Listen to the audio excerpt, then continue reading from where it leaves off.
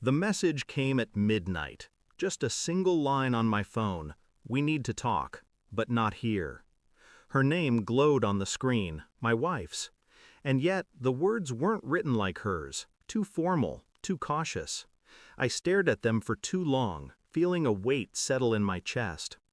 When she walked into the room a minute later, her phone wasn't in her hand. She smiled, asked if I wanted tea. Her voice was soft, careful, as if it could break.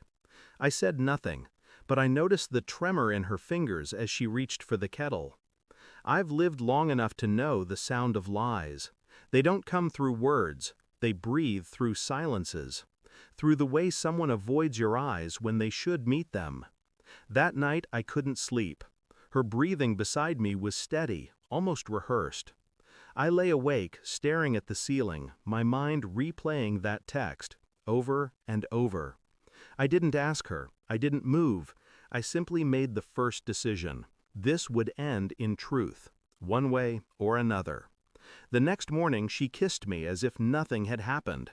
Coffee, a laugh. Her routine was flawless. But small things began to fracture the illusion. Her phone never left her hand. She started locking it with a code I didn't recognize. She lingered in the hallway at night, whispering into the dark. I'd catch fragments, half a name, a muffled laugh that wasn't for me. When I asked her about it, she smiled too easily. Work stress. I didn't push, but something inside me froze. There was a moment, a week later, when she slipped. A simple mistake. She said she was visiting her sister, but when I called the sister's number, she was out of the country. The betrayal wasn't proven yet, but it had a scent, and once you smell it, it never leaves.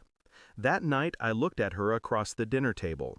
She chewed slowly, smiled when I spoke, pretended to be my wife, pretended to be herself. And I realized, whoever she was now, she wasn't mine anymore. I moved quietly. First, the phone records, anonymous requests, numbers traced, patterns built, one number repeated, at hours when she claimed to be asleep, at hours when she claimed to be mine. Second, the surveillance. I hired no one, I did it myself. I watched her leave the house in the afternoon, telling me she was grocery shopping. I followed at a distance. She didn't go to the store. She went to a hotel, room 214. I didn't enter. I didn't need to. I stood in the lobby long enough to see her walk in, laughing, with someone else's hand on her back. Not rage, not grief, just silence. I didn't confront her that night. I held her like always. I kissed her forehead. I whispered, "I love you." And in that moment, I wasn't lying. Because love and betrayal are two sides of the same blade. They cut just as deep, and they cut together. But I had the evidence I needed, and soon I would sharpen it. The DNA test was the final nail. Our son. My son. At least, I thought so. He wasn't mine. The results stared at me in black and white. Probability of paternity, 0.0%. I sat in silence for hours, the paper trembling in my hands. A decade of memories collapsed into a single line of text. When she came home, she found me at the kitchen table. The report lay in front of me. She froze. Her lips parted, searching for words. Tears pooled quickly, too quickly. I can explain. No, that was all I said. One word, enough. She broke down in front of me, sobbing, clawing at excuses, stories, half-truths. Her world crumbled in noise. Mine was pure silence. I didn't yell, I didn't strike her, I didn't even raise my voice. I slid the paper across the table until it touched her hands. She flinched as if it burned.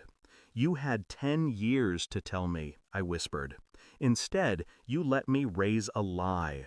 Her sobs deepened. She tried to reach for me, but I leaned back, untouched. Then I pulled out my phone, dialed a number. Within minutes, her family arrived, her parents, her sister.